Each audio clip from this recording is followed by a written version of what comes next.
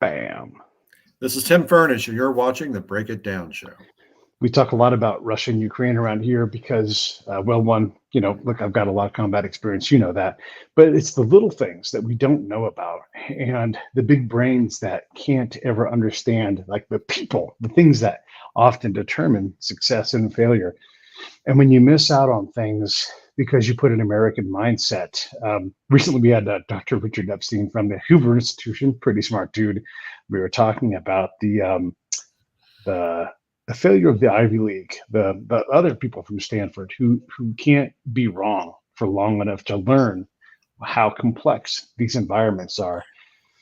And when it comes to religion, look, one of the papers that Rich Leday and I started writing was it's like the compulsory disregard for religion in conflict zones. We just refuse to understand it. And yet you go to Iraq, and we have not talked about this, it says Allah Akbar on the flag.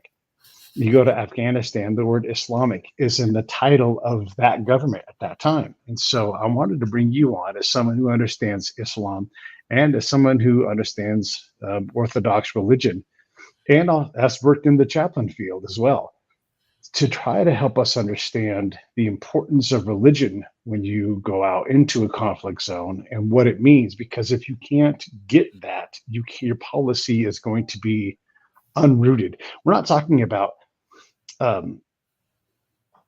converting. We're not talking about putting forth a specific religious view, but you have to understand that religion is foundational for a lot of people in the world.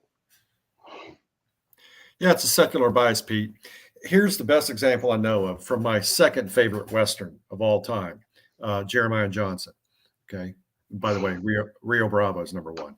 Okay. Jeremiah Johnson, for anyone that hasn't seen it, it's one of Robert Redford's best movies. And believe it or not, he actually grows a great beard and he plays a mountain man in, mid 19th century West. So at one point he lives up there in the mountains and, on his own. And at one point, you've seen it, right, Pete? You've seen it. Yeah. I just watched it again last week. At one point, some American soldiers show up because he lives in what was in Utah territory, and some settlers are stuck out there in their wagons. There's a big snowstorm coming, and they're afraid the Indians are going to kill them because Indians do things like that, or did anyway. And so he reluctantly agrees to guide the soldiers. It's like maybe a company and maybe a platoon. It's not very many, and they have to go through sacred Crow territory. It's a Crow burial ground. Remember that scene? Yeah. And he says we can't go through here. It's bad medicine. And one of the people with the U.S. soldiers, with the cavalry, is a Protestant minister, and he sort of haughtily says, "Well, Johnson, you don't really believe that, do you?" And he says, "It doesn't matter if I believe it. That's right. They believe it." And to me, that's the best commentary I've ever seen in a movie on cultural expertise or lack thereof.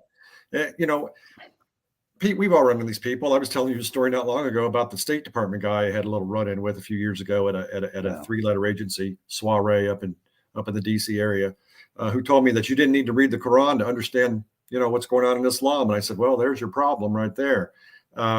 It's a secular bias. It's this idea, and you brought up the Ivy League. A lot of it comes from these elite institutions that if religion's not important to us, it's not important to them. And talk about, just incredibly narrow-minded, isn't it? Right. Most of the world's people belong to some sort of religion. Just because you don't, the New York Times editorial board or the halls of the State Department doesn't mean it's not an issue. And, it used to drive me crazy. And you know more about this than I do. Cultural expertise was always stressed, language, culture. But when it came to that very large segment of culture called religion, people would suddenly decide, oh, no, we can't talk about that. And I'm like, well, if you can't talk about that, you're not going to understand what these people are getting at and what motivates them. And again, most of my experience in the Islamic world, but that goes for, it goes for Buddhists or Hindus or Christians or just about anybody else that has any strong religious belief, which again is much of the world's, if not most of the world's population. When I was just this weekend, speaking of watching movies, I was watching a movie on Netflix about free divers because I find free diving fascinating. And one of the main characters of the movie is sort of trying to figure himself out. He's a young man and he goes to Africa. And one of the adventures along the way, he's in, I believe, in the Congo. and not a gentle place for anybody. And the person looks at him and says, what religion are you? And or no, are you a Christian? Are you a Christian? And he's like, yes, of course. He's like, are you a Protestant? Because he knows he was from Ireland. He's like, no, I'm a Catholic, right? And understanding how important that conversation is in that moment. If you were to say something like, I'm an atheist, that could put you in peril right there in a lot of places in the world. That would not register. And so you might not believe that wherever you are from in America. And we have the luxury of being able to say that openly to people. Mm-hmm.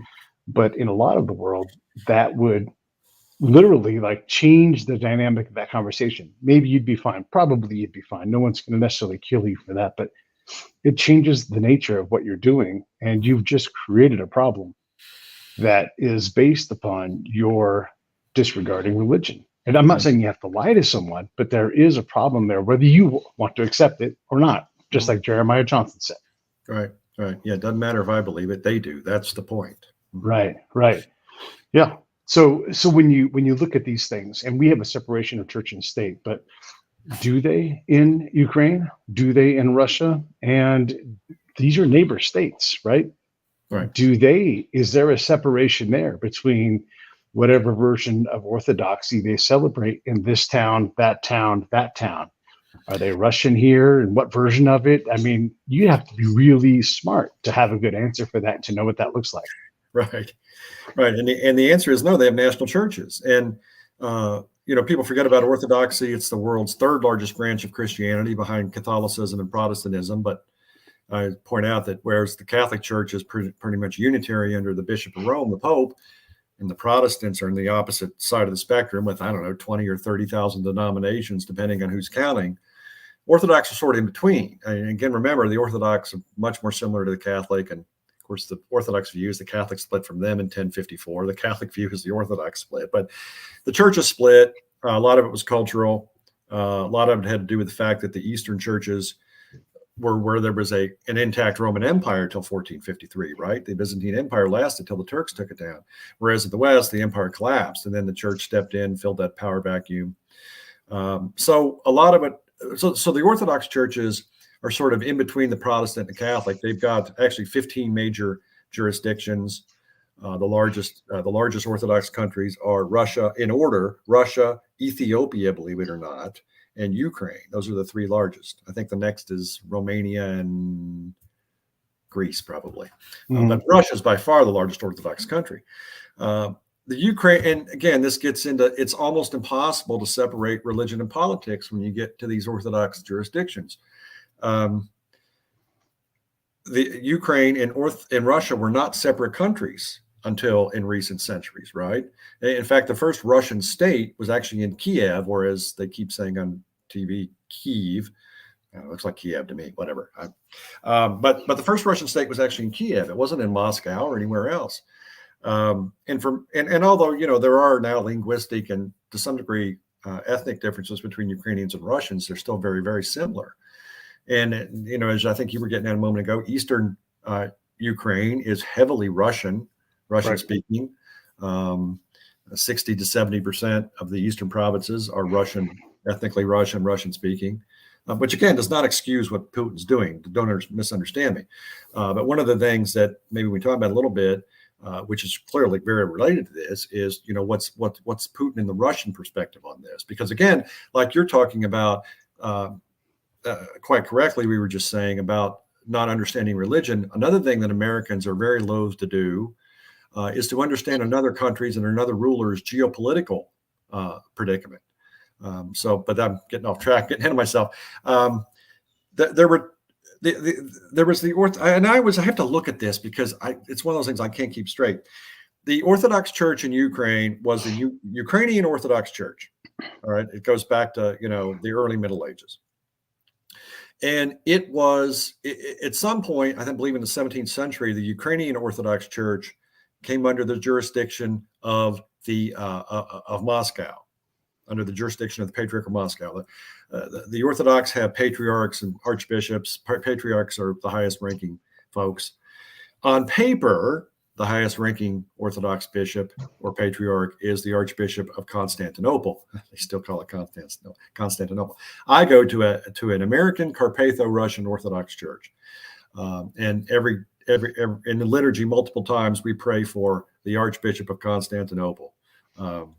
He is the titular head, and it has been since the Byzantine Empire existed, the titular head of the Orthodox churches. But in reality, he's controlled by the Turks, and he has a few square acres of a place in Istanbul, although they refuse to call it Istanbul.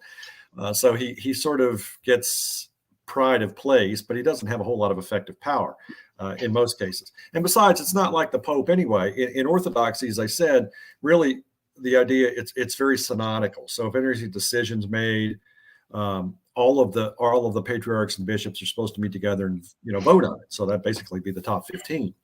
The Ukrainian Orthodox Church has been there for many years, particularly after the fall of Constantinople to the Ottomans, and then afterwards he was seen as compromised. That position was seen as compromised. So the Ukrainian Orthodox Church, partly because of that, partly because of pressure coming from Western Europe in terms of trying to make Catholic inroads into Ukraine.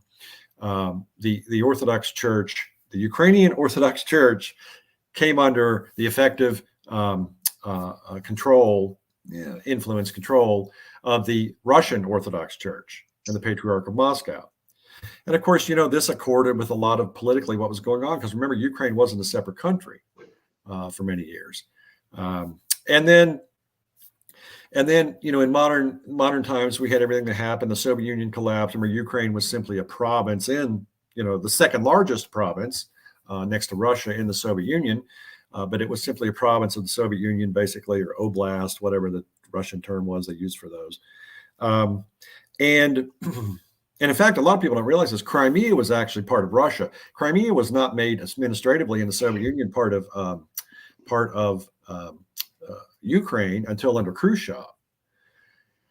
So anyway, I'm probably saying too much here, but what happens, of course, after the Soviet Union breaks up is that Ukraine becomes an independent country. And it's majority Orthodox Christian, something like 70% Orthodox Christian, with large minorities of Catholics in particular. But what happened was that because of tensions between the Ukrainians and the Russians, and particularly after 2014, when the Russians stepped in and basically annexed Crimea back to Russia, there was an idea that developed under the president before Zelensky, and then ramped up under Zelensky, that the Ukrainian Orthodox Church basically was a front for Moscow. So they created something. There was a splinter group in Ukraine which came to be known as the Orthodox Church of Ukraine, not the Ukrainian Orthodox Church, but the Orthodox Church of Ukraine. And anyway, to make a long, complex story much shorter, the president, Poroshenko, I believe it was, the president of Ukraine back about, I don't know, 8 or 10 years ago, no, 20, yeah, about 10 years ago, went to Istanbul, Constantinople, and asked the ecumenical patriarch to recognize this new church.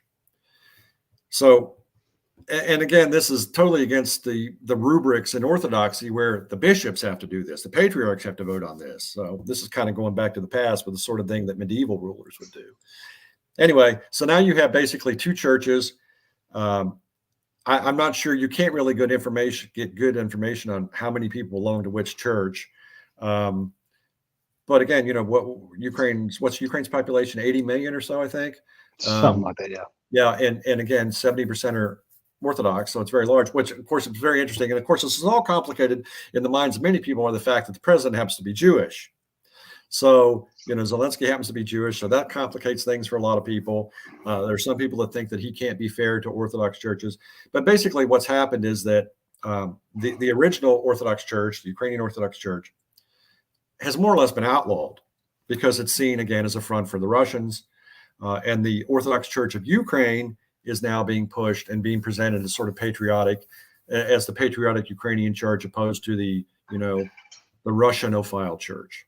Now, and then we waded into this, and not just under Biden. I mean, Mike Pompeo back in 2018 under President Trump, who was President Trump's Secretary of State, went over there and stuck his nose into things and basically agreed with the recognition of the Orthodox Church of Ukraine, this new church. And so a lot of people, and again, this church has not been recognized by anyone except the ecumenical patriarch. The other 14, I mean, I think a few other patriarchs have agreed with it, but the majority have never voted on it. And needless to say, some of the most powerful ones, like the Patriarch of Moscow, are vehemently opposed to it. And there are reports coming out of Ukraine. And again, I don't know how much you can trust anything come out of Ukraine, right, Pete? We can't even get good information about anything.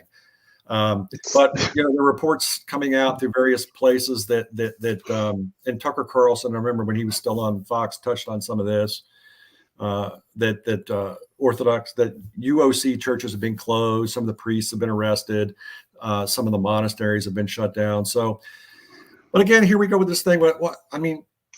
Why did Mike Pompeo go over there? And the Biden administration has just followed suit with that. So, this is a bipartisan issue. Why did the Secretary of State under Trump go over there and sort of basically get involved in Orthodox Church geopolitics, about which he probably knows not? He's a smart man, but Sure. I don't think he knew a whole lot about it. I mean, I'm gonna say long, complex, and very illustrative answer on like how challenging this stuff can be. And then we didn't even touch on at all the fact of how much Islam there is in that region. I know that Ukraine and Turkey don't border each other, but Crimea. they do. Yeah, the Crimea, which of course is the peninsula sticking down in the Black Sea, was for many years Ottoman territory. And you're right. And particularly in Crimea, there's a substantial minority of Ottoman descended Muslims. I don't know what it is, but it's substantial. Yeah. And then all you got to do is get in a boat and paddle for a few minutes, and all of a sudden you're in Turkey. And right. Turkey is a very unique country in that it's partly in Asia, it's partly in Europe, it's partly Western, it's partly Occidental. It's Islam. It's a lot of things all at once, and you're still not far from the former Soviet countries. So you're still doing business potentially in Kyrgyzstan, Turkmenistan, Armenia, Azerbaijan. Right, they're all right there in terms of business, right? And so these folks who live in Ukraine have to understand, all of this world. And the ones who are international business people, they do. We don't want that to be true. We want to minimize what they know and what they do. But the reality is if you're an international industrialist who knows how to run a business, this is old hat. You've been doing this for 30 years. Mm-hmm. You know how to run these kinds of things, and you know how to navigate. Even if you don't know the particulars of Islam, you know how to run that kind of a meeting. But we don't understand that about the people that we're going to deal with, because we don't even consider religion as part of the process. Yeah. It's just cultural arrogance. It's just amazing to me. Again, I've seen it so many times in the military and the government, civilian sector. And again, it's a bipartisan affliction. It's not just one side or the other. Sometimes the Republicans are worse at this than the Democrats are. Yeah. And it just, sort of undergirding it all is this, again, this very supreme cultural arrogance that the West in general, and America in particular, is always, the way we do things is always the right way to do things. I mean, I used to harp on this when I was teaching political geography in recent years. For instance, we have the Monroe Doctrine, which we've been enforcing since 1823. I mean, although sometimes we enforce it better than others, but basically Monroe Doctrine says, everybody stay out of the Western Hemisphere. If anybody's going to boss around Central and South America, it's going to be the Yankees. Okay. It's not going to be, originally it was aimed at the British and the French, particularly the British. Now it's aimed at the Chinese, although I'm not sure, Nicaragua's abiding by that.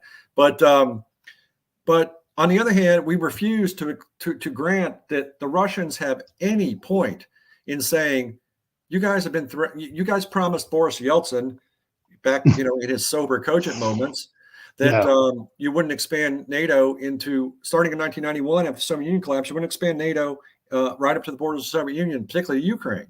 And we almost instantly did. Right. Yeah.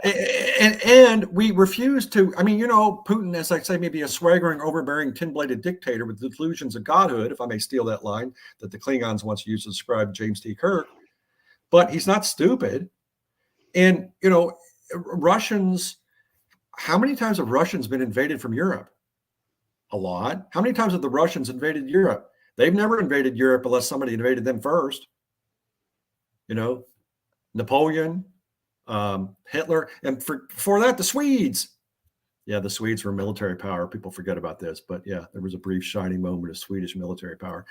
And one of the things they did was invade Russia. But we have the Monroe Doctrine. Everybody stay out of the Western Hemisphere. We're the boss of the Western Hemisphere. But the Russians, oh no, you have no point in terms of security in thinking that we shouldn't have, F-16s in Ukraine. Yeah. Yeah. One of the things, and we'll talk about geography here in a second, and I know you're familiar with this, but Ukraine is about the size of Texas. And if you were to go into somewhere in West Texas and you say, describe West Texas for me, and they would say, this is West Texas. And they would basically draw a circle around their town and make it a little bit bigger. And they're like, that's West Texas. And you're like, well, what about El Paso, which is as west as you can get? They're like, nah, no, not them. What about Amarillo? Not a chance. Yeah. What about? And so they would all have a different map of what West Texas was. And then if you said, where does East Texas stop? And they would tell you, and it would all be different places. Well, Ukraine is no different. This is how people are. And when they all describe each other and where you are in their country, it's all different, right? And so it's the same thing. You layer in the religion, you layer in the culture, you layer in the region, and it gets really complex. We tend to just say, it's Ukraine. It's all one thing. And again, it's the size of Texas. Right. And there's a lot of resources in it. It's not that simple. Yeah. A lot of Americans aren't aware of the fact that in Europe and Africa and Asia that the nation state borders don't necessarily accord with ethno-linguistic reality, right? Mm. I mean, Africa's of course the worst for this because most African countries were just drawn on a map. Right. At the conference of Berlin in 1884, and it didn't matter what the people on the ground thought. I mean, the Middle East is much like that too, right, Pete? I mean, sure. Yeah, we talked about that just last week. Yeah, yeah. like Transjordan and Iraq are essentially invented, and our current president wanted to invent 3 new countries and just landlock 2 of them and say that's the new Iraq. It's like we do this all the time. Go back to the Future with Ottoman Iraq. Yeah. So when we look at these complexities when it comes to religion and everything, it's very challenging. You talked about the military side of things. We tend to look at religion, and I've heard these weapons said out loud in Afghanistan by an American. You talked about religion as a weapon system, and we were examining Afghan religious leaders as a threat. And I'm like, hey, you know what? That's fine and all, but you are not an authority. It's not a person who studies Islam. And what about all the guys who aren't, a threat? What about them? How do we turn them into an asset? How do we leverage them? How do we get out of their way? How do we learn how they unite the population? Like every time the Taliban burns down a church, they're burning a Quran. We get in trouble for this all the time. Mm-hmm. How about we figure that part out? No. It's religion as a weapon system. Let's get after these bad imams. And I'm like, that's just not going to go well for us.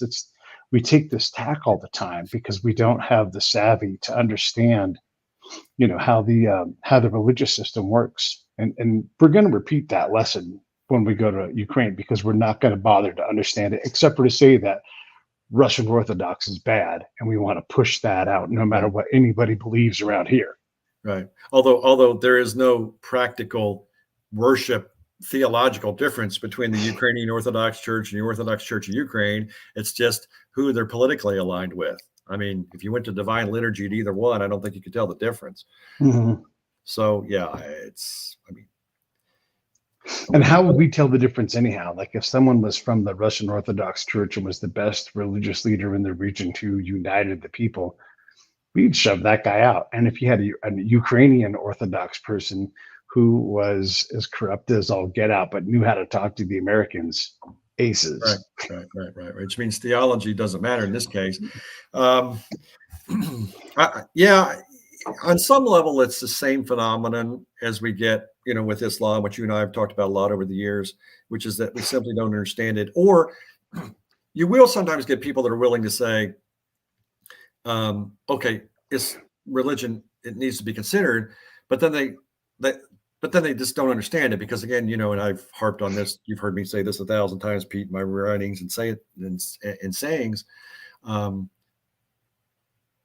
We can pretend all day long that jihad is an aberration of Islam, but it's really not. I mean, jihad is an intrinsic part of Islam, and the founder of Islam himself engaged in it. So you can't say, oh, these imams are illegitimate believing in jihad. Really? Well, so you're saying the founder of the religion is illegitimate. So that you clearly don't understand it. Right. Now, you don't have that exact same problem with Orthodoxy because, although there's crusade in Christianity, crusade is not, in the text. I mean, and plus the Eastern churches actually never engaged in crusade. I mean, it was the Western Catholic Church that did, and of course Pope Urban made that up out of whole cloth. Because I've read the Bible, Pete. There's nothing in there about killing people, getting you into heaven. I mean, the Pope just kind of made that up for talking about political reasons. He had good political reasons from his point of view for making that up, but he certainly just made it up. But so you have a different issue, but still, it's not. It's not the same as arguing about jihad and how you delegitimize jihadist imams or how you delegitimize ISIS or the Taliban or Al Qaeda, because that's a very theologically thorny issue, and Muslims themselves are having a hard time with. Because how do you step away from stuff that's actually in the Quran? Right. And I've talked about that. Not to bore you and your listeners again, but basically, there is basically literalist Islam. If you take what it says literally, is violent. What you have to do is you have to find sects of Islam that don't believe in taking everything in the Quran literally, like the Sufis, some of the groups like that, which do exist, but they're usually kind of have to keep their heads down because the other kind of Muslims don't like them. With Orthodoxy, with Christianity in general and Orthodoxy in particular, you're dealing with another issue, which is that I don't think it's so much military as it is political. It just, as we've been talking about, it's geopolitically messy and geopolitical. I mean, it's upstream, and geopolitics is upstream from military stuff. If I may use that trope, the Russians. Putin has said repeatedly one of the reasons that they invaded Ukraine was because Western influence in Ukraine was bringing in things like the LGBTQ agenda, which the Orthodox Church is very, sometimes violently opposed to. The Orthodox Church, as I point out, Orthodox are very conservative. They're not fundamentalists in the sense that Protestants are, but they're very conservative. Orthodox don't ordain women. You will have a hard time finding any shred of LGBTQ pro people in the Orthodox Church. They're just not around. So the issue here is understanding the political tensions and geopolitical tensions that are part and parcel of the Orthodox theological world and the Orthodox national churches. And again, although I think the stakes are a little different and the ramifications are different, the misunderstanding that our State Department and our so-called elites and intelligentsia, manifest in this regard is the same. One of the things you're talking about this, I guess I'll expand on this. One of the things we have was our media tends to be in alliance with that, and they don't put forward or accept this religious side of things. They don't tend to not like successful business people, and the policy people who are kin, I would say in this case, to the media. There's no penalty when they get their things wrong. And so if you have this, I'll say, anti-religious angle, anti-successful business people angle, and you try to reshape something that has a lot of resources and there's a lot of encouragement to reshape it in your interest, you open up the doors for a lot of corruption. And so you take out successful people, let's call them imperfect partners. You just trade them for more imperfect partners, don't you? That's interesting. You bring that thing up about media not liking business people. I think that's very true. And also keep in mind, probably the slice of the demographic that probably dislikes business people even more than media, which is academics. Right. You know, my experience in 14 years of teaching college on and off is that academics are they just don't like, outside of the business and finance departments, they don't like business people. And I've always thought it's just because business and finance people make a lot more money than they do. It's just envy. But this funny, I mean, interestingly enough, this goes back, in case you don't know, to Confucius. I'm not saying in the West it comes from Confucius, but Confucius famously didn't like business people in China. He thought they were Right. parasites. And that works well in modern communist country too, but that's getting off track. Right. So yeah, you get a lot of that where business people, and like you said, people that are involved on the ground, and because you have to, because look, you want to make money and sell stuff. You don't really want to offend anybody. You don't want to get involved in the local conflicts. So you learn how to navigate that stuff, right? For the most part. Yeah. And that's that expertise. I think what you were getting at, that expertise just kind of gets discounted sometimes, and it shouldn't. Right. Right. Yeah. And look, there's a place for being a-religious, and there's a place for being anti-religious, Right. for all these things. But if you're trying to take a place that needs rebuilding, let the folks who know how to navigate it, and maybe allow them. One of the things Richard Epstein was saying the other day, he's from the Hoover Institution. He's like, if you get out of the people who are successful at business, if you kind of get out of their way, the economy recovers a lot faster. Now, look, that's an imperfect solution, but again, we're trying to get out of the way and let the economy recover, and then maybe manage an economy that's working, as opposed to just putting somebody else there. And Ukraine has a history of this, where they'll pick something and they'll say, this is very Soviet model. They'll go, we don't like that. We're going to replace that with this because we like that better. And then this can't do what that did. And they're like, you know what, that, can you come back in and actually run this? Mm-hmm. Because that is better than this. And we are already seeing that happening, where the old thing that worked is better than the new thing that doesn't, partly because this isn't as wealthy as that, and this is trying to get what that has. Mm-hmm. And so it creates this problem. So same thing when you have religion, you have like these people that understand the landscape, because as we've talked about, it's not just Orthodox and all of its ilk, it's also the Turks, all the different Islamic sects. It's a very complex landscape, where it's not just an academic answer, where again, there's no accountability if you're wrong. Like, you might get an A on the paper, but you're going to get an F in the lab. Well, yeah, Pete, and that's part of it's Catholic versus Orthodox too, because in Eastern Europe, there's a lot of mistrust of the Catholic Church, because the Catholic Church would often, historically over the last millennium or so, try to make inroads into Orthodox areas, and sometimes successfully, sometimes not. And in particular, I mean, you read some of the stuff Putin said. I've read some of the stuff in translation, some of his speeches, and also, some Orthodox in Ukraine. They're like, well, the Catholic Church, like many Americans think, particularly under Pope Francis, has become so liberal and basically pro LGBTQ that, again, this is seen as, it's not just the U.S. State Department and Agency for International Development and those people pushing an agenda that a lot of people in that part of the world don't like.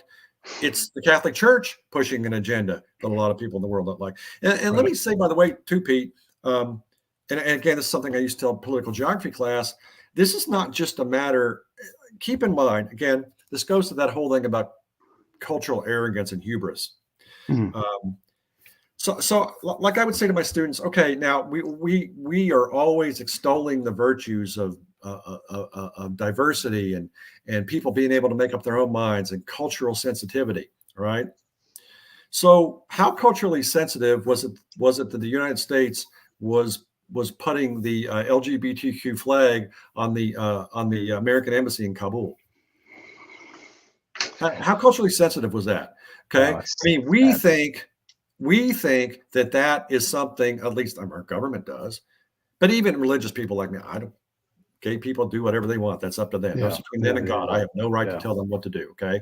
Okay. Yeah. But a lot of the rest of the world doesn't think like that. And it's not just the Muslim world, Pete. No, I know. It's Russians, very, for the most part, don't think like that. The Chinese communists don't like American cultural intrusion and especially when it comes to, you know, sexual mores and things like that, interestingly enough. So you've got three major players on the international stage: the Islamic world, and I know I'm mixing apples and oranges, but the Islamic world, the Chinese communist world, and the Russian Orthodox nationalist world, all of which are saying, stop cramming your stuff down our throats. You keep saying they're human rights. No, they're Western values. Yeah. I mean, Putin has said this repeatedly in speeches. And again, you know, I'm sure he's doing this partly to exploit political differences. It's just like going to church. People are like, I don't believe he goes to church real well. He goes to church. I mean, I don't know. I don't know. I can't do a Vulcan mind meld and tell you if the guy really believes it, but he goes to church. I mean, I'm sure he exploits it too, but that doesn't mean he's not necessarily a true believer. Anyway, so you've got three major blocks of the world that say, you know, we're not buying what the West is selling. Yeah. And stop trying to cram it down our throats. And so, again, I would say, how culturally sensitive is that? We're trying to make the rest of the world do what we want them to do. It's I've written a peer-reviewed cultural paper on this. I mean, it's unethical. You know, that you're going to look in many places in the world, they throw rocks to people, at people, they kill them to death for certain crimes. That's one of them.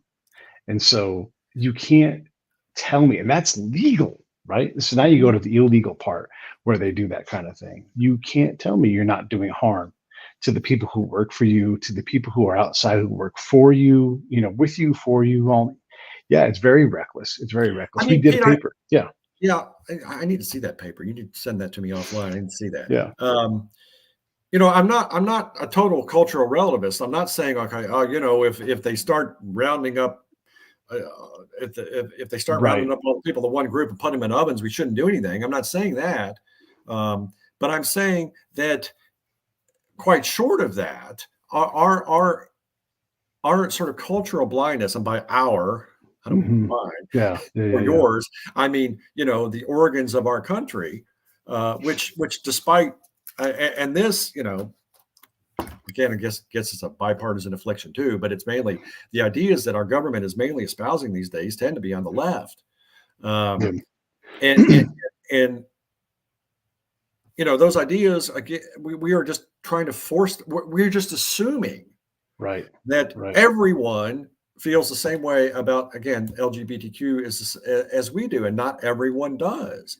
And again, I'm not saying that the Iranians should be able to kill gay people. Of course. You shouldn't have to even say that. But, and let me back up to the paper that I wrote. It's not about LGBTQ. It's even less of an affront. It's about female empowerment. And you just can't walk into any valley and say, we are now going to empower you. One, how dare you? Two, like in Afghanistan, adults don't use each other's first names. That's how risk adverse they are. And we're just walking in with no training, no commander intent, no engagement of any kind of, just like passive engagement, and bringing these things in. We're going to teach your women how to make cheese. Like, what? You can't do that. And you never go back to check on them. And when you do, it's all forced compliance. Like, you will bring your women to the square and they will tell us about how they're, you know, making carpets. That's not the same thing. That's a horrible, it's very, very dangerous, very reckless. And you don't know what happens 10 days later, 10 years later. You don't know the damage that you've caused, but you declare what you've done good to yourself. And so that's sort of what the paper is about. Like, before you ever do that, you have to understand the commander's ethos. What's the commander's job? And you do reach a point of what I call ethical saturation, where by trying to do what you think is the right thing all of the time, you can no longer account for the outcomes of these things. And so when you do something as innocuous to you as flying a flag, you don't know, because you don't care enough to be good enough at that. You haven't earned the responsibility to take that flag and fly it. You don't care enough to go know the people.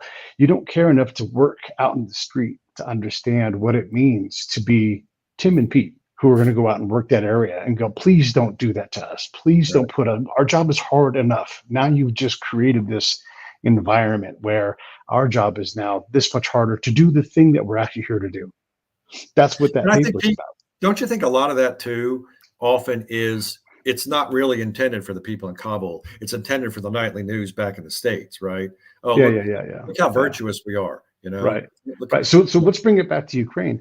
So when we have these things where like we layer all of this responsibility, all of this diversity, all of this ethical thing, look, and individually maybe these things are great, but when you just layer and layer and layer and layer, pretty soon the donkey has too much on its back, mhm, and it can't get to where you want it to get to. You know, like if you just let the business people do the business, and if you right. just let the farmers do the farming, and then you go out and you say, "Hey, man, how you doing as a farmer? I'm going to complain. I want the government to leave me alone. What's one thing we can help you do? Leave me alone." Okay, great. And you know, you build a relationship with that farmer. Maybe at some point he's like, "You know what I need? I just need this one thing." And then you help them with that one thing. That's how you do this stuff. You don't come in and you say, "What you guys need is a co-op," right? Because our policy people love co-ops because they're from a certain political mindset. And that's where the answer is that these guys need robot. And look, I'm making this up, but this is not far-fetched. These guys need robot AI powered tractors that they're going to share and increase their yield. Okay, sure. Why? Do you know the market chain here? No. Then why are we doing this? You know, that you have to know these people, and to know these people, you have to know their religion. You have to understand how. You don't Right, have to, but don't outstudy them, don't outknow them. But you have to get to know them by right, going and being with them. right. Well, you know, that's reminded me of one of the great quotes by Ronald Reagan. Some of the scariest words in the English language. I'm from the government and I'm here to help. Exactly. Yeah, yeah. And I'm so here to help whether you want it or not. that's exactly right, you know. And one of the things that I learned, and look, I have all this knowledge, but I had to make a lot of mistakes to get there, right? So let's understand that I learned that the less we screw up, the less we do, the less we screw up. Okay, so the less we do, the less we screw up.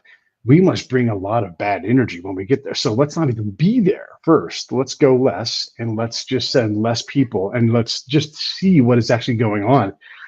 And when you do that and you allow them to be good at what they do, and allow them to have plans and just ask like, what is your plan? How do you plan to improve this? What, you know, how does your government work vertically? Do you ever get a signal back from your government? All of these kind of things, you understand how the system works. And then you can say, can I help you apply some Western technique here? No? Okay, great. Let me back off, you know? And so when I was in Afghanistan, one of the things I realized, we would have all these meetings. We'd force meetings, force meetings, force meetings. This is a jirga. This is a Loyola jirga. This is a big meeting. But when we weren't around and they had their meetings, they'd have religious people around. And that was a real meeting. It wasn't a fake one because the army didn't plan it, Uh, you know? And I don't know how true that is for Ukraine, but I would take that principle and I would apply it. Like, what does a real meeting look like when we're not around? yeah, yeah. So I don't know. What are your thoughts in general? Like, how do we do this better as a well-intentioned, policy-driven entity that's going to go out and try to help rebuild, try to help win? How do we also realize the fact that these folks are all going to be neighbors? You know? The first thing I think has to be Republicans or Democrats, whoever's in power, they've got to get a handle on this tendency that, like you were just talking about, where we're going to go change the world in our image. You Right. know, I mean, we can help people. I'm not saying do away with the Agency on International Development, but you know, maybe you want to help the people, and maybe you want to help those farmers in Afghanistan figure out a way to make a living without growing opium, and not piss them off about the way you're treating their wives. You know, Yeah. or you know, again, I just think we need to dial back on the cultural arrogance, and I think a lot of this, to go back to something I said earlier, I think a lot of this is a reflection of American domestic politics. Mm. Like, for instance, you can't convince me that all the not all, but a lot of the vitriol aimed at Vladimir Putin does not come from the fact that the Democrats yoked their star to that Russia collusion story back 7 years ago now. Right. And they just can't let it go, even though it's been proved repeatedly that it's a bunch of balderdash. But yet, part and parcel of their domestic policy thing, where Trump is tied to Putin, and Putin helped him win, and therefore Putin is Satan, Right. Hitler come again, or however you want to describe it. That bleeds over into foreign policy.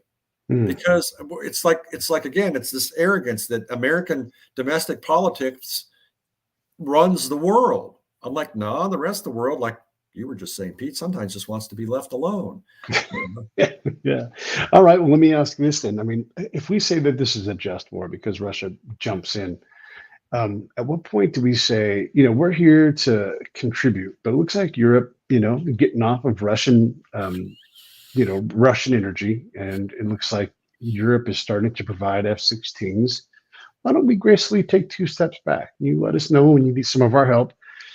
What if we did that? Because it sure seems like right now we're doing our best to chop up resources. Like, this is what we want to have happen, and that will get certain people paid. Like, how do we step back and let Europe manage this? I don't know how this administration does, because again, referring back to what I was saying a minute ago, I think the Democrats have painted themselves into this corner where Putin is, again, and the Republicans have done this before. I mean, Republicans did this with Saddam, right? He's Hitler. Why does every bad guy have to be Hitler? I mean, can somebody be Stalin? Can somebody be Genghis Khan? Can we pick somebody else? They always have to be Hitler. Putin is Hitler. And how do you negotiate with Hitler, Pete? How do you step back when Hitler's invaded somewhere? I think they painted themselves in the corner. Yeah. I don't know how they get out. And how does he negotiate with you? Yeah, why should he negotiate with you? By the way, Pete, did we ever find out who blew up that pipeline? Oh no! How about the dam? When you see things like that, it's only so many folks that can do that, and until someone says otherwise, there's only so many folks that can do it. Yeah. Then that's all you have to say about that, because there's only so many people that know how to do that. Yeah, and I don't know why the Russians would blow up their own pipeline. I mean, maybe, right? Maybe Putin's playing 4D chess and the rest of us are playing checkers. yeah. And maybe we're playing 5D chess. But there's a very short list of places that would do that and can do either one of those things. Right. And who knows, right? But yeah, and maybe we'll never know. But I mean, it's sad, Pete, because I really think, look, I don't think Ukraine's ever getting back those eastern provinces. I think that's just reality. All right. The Russians have dug in over there. The Russians, I don't think they're getting out of that. I think the Russians realize they're not taking any more territory. What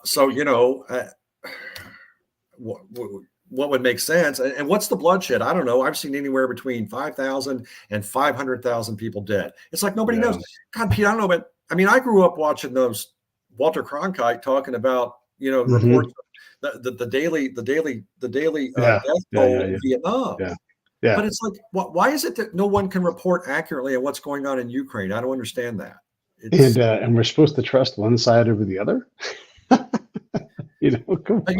mean, Trump has said if he were to win, he's like, I'm not sure he can stop it in a day, but Trump said the first thing I would do is try to stop the killing on both sides. But there doesn't seem to be any wish to want to do that in this administration. Why? I don't know. Again, part of it is they painted themselves in their corner. I mean, there are other nefarious theories, which I won't advance because they've never been proved. But again, part of this, I wrote an article for the Streamer. I reviewed a very good book about this a few months ago. And look, Putin is the bad guy here. I'm not saying he's not. Of course. But part of this, it's like we just egged him on, Yeah. We just egged him on and dared him and like, okay, well, we're going to do this. And now we're going to bring in, no, we aren't going to bring in those Eastern European countries. Oh, all the Baltic republics. Let's bring them into NATO. Ukraine. I mean, Biden started talking about bringing Ukraine in. And I don't know, maybe hadn't had his Metamucil that morning. God knows. Or, the 26-year-old Harvard theater arts major that's doing his tweets or put it up on the teleprompter. I don't know. But it's like, it's just so irresponsible. I mean, Russia has more nuclear weapons than us and China combined. It is a little crazy when you think about like the deployment that I went on to Bosnia.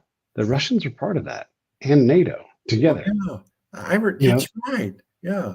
so it is an interesting thing. And when we got there, it was like a temporary presidential deployment, Yeah. and NATO was there. It was Title V, and we were gonna, make sure everything was peaceful, and whatever. For the most part, that part worked and everything. But this was a new world, and NATO stayed, signed a 30-year lease. I believe they're still there. And maybe that was a step too far. I don't know, but it is a complex world, right? And we tend to forget that. We tend to forget that, and Putin also referenced the fact that Americans had invaded, their point of view. But for sure, the Polar Bears, 431 Infantry Regiment, they for sure were there in World War One and stayed, and were kind of forgotten about for a long time. That is Oh, not yeah, incorrect. yeah, that's right. Mhm. So there's a couple of these incidences where he gets to say, "You guys did this, you guys did that," and is that justification to invade Ukraine?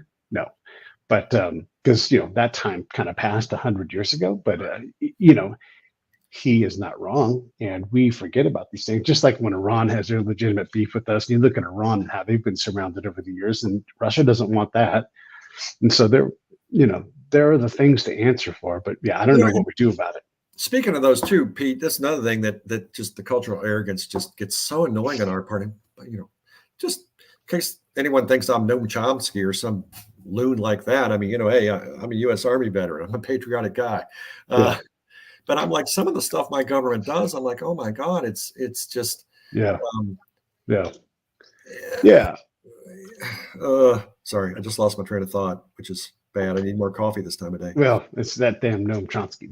Look, and I got no problem with Noam anyhow, right? Like we need folks to help us understand things, and I think Noam plays his role well and does a good job with it. Yeah, Let's when he's right, he's really right, but yeah. that's like twice a day. Well, I don't mind that. I don't mind that for me. He gives me something to think about, and he's doing it for a long time. Right. Let's bring it all the way back to religion thing, because that's really ultimately what I've got here for. We've talked a lot about a lot of things, but you know, Ukraine has its religious roots, and it's complex. And Dr. Tim Furnish, who focuses on these sorts of things, what is your final advice in terms of policy and religion and Ukraine and Russia? What are you like? If I could give you the knobs and the switches, and you could go talk to the Biden administration, whether it was anybody who's in charge, who do you want to talk to, and what switches and knobs do you flip? Like, what's one thing that you would like us to do when it comes to foreign policy and religion? Well, I'm just going to go back to what I opened with, Pete, which is that we have got to, as part of, we keep harping on cultural expertise. Last week, I wrote an article for the stream on the new national intelligence strategy, and it mentioned several times the need for cultural expertise. All right. Well, I would say, here, you guys need to watch Jeremiah Johnson, because it doesn't matter what you believe; it matters what they believe. And I'm Right. overstating that. I mean, not saying we check Yeah. our beliefs at the door. We are our own civilization. We are our own republic. We've been around for a long time. The vast majority of stuff that we've done and come up with, I think we can be damn proud of. Yeah. But that does not absolve us of the need to understand, hey, the Russians, we may not, we're over here. When's the last time we got invaded? I mean, Chinese spy balloons aside. I mean, when's the last time we got invaded? 1812 was the only last time it was major. It was a major issue. The Russians, however, have been invaded a lot of times. And, we lost fewer than 1 million men in World War II. They lost 20 million. So let's, and like you said with Iran, I mean, Iran, their government is illegitimate. Well, again, the Ayatollahs are right twice a day, and they have a good point, although they beat that club mercilessly over our head. Yep. That we did overthrow their government in the early 1950s. So the big thing I would say, a Republican, Democrat, whoever's in the White House is, and again, Republicans are often as guilty of this as Democrats are. Before you take your horses through the other people's holy burial ground and think that it's not going to do anything because it doesn't bother you, why don't you learn something about it, have a little bit of humility? Piece like we talked about, we invaded Iraq. I don't think the people, when we invaded Iraq in 2003, knew hardly anything about Iraq. Yeah. You know, Now Zelensky calls you. Hey, Tim, what's your best advice? What do you want me to do? Zelensky, I'd say you Yeah. better negotiate because, you know, how many, you know, the Biden administration seems to be willing to fight to the last Ukrainian. And I'm not sure that, although that may play well domestically here, I'm not sure that's really good for the people in Ukraine. And as I said earlier, I just don't think you're getting those eastern provinces back. I mean, unless all of NATO went in which case that whole thing about nuclear weapons comes into play. That's not happening. I think you need to negotiate. I think Ukraine's going to be a little bit smaller. You probably should be happy to get rid of all those Russians anyway, right? I mean, there's a lot to be said for that. And Vlad calls you. What do you want to say? So what do you want to tell him? I would tell him also negotiate. But I do think, I mean, based on what I've heard in the news, I do think the Russians are probably more willing to negotiate than the Ukrainians are at this point. But again, who's pushing the Ukrainians not to negotiate? I don't know. I don't know, but my money's on Washington, D.C. Yeah, there's a lot to be said for that. Well, listen, anything you want to say in closing before I wrap this thing up? And thanks, by the way. This was great. Really entertaining and always interesting to talk to you. No, I just appreciate this time to say things, and thanks for the good questions, Pete. Yeah. And by the way, I'm looking forward to seeing you two in the Sphere. That's going to be a blast. Super, super stoked. Are you trying to go? Back from those people, they got my audio clips, but yeah. Good. All right. Well, stand by. I'm going to hang up on this, and then I'll talk to you in a second. Hey, thanks for watching the show. I really appreciate it. Right here, you can subscribe. Please do that. It makes the show grow. Hit that notification bell so you know which incredible guest is coming up next.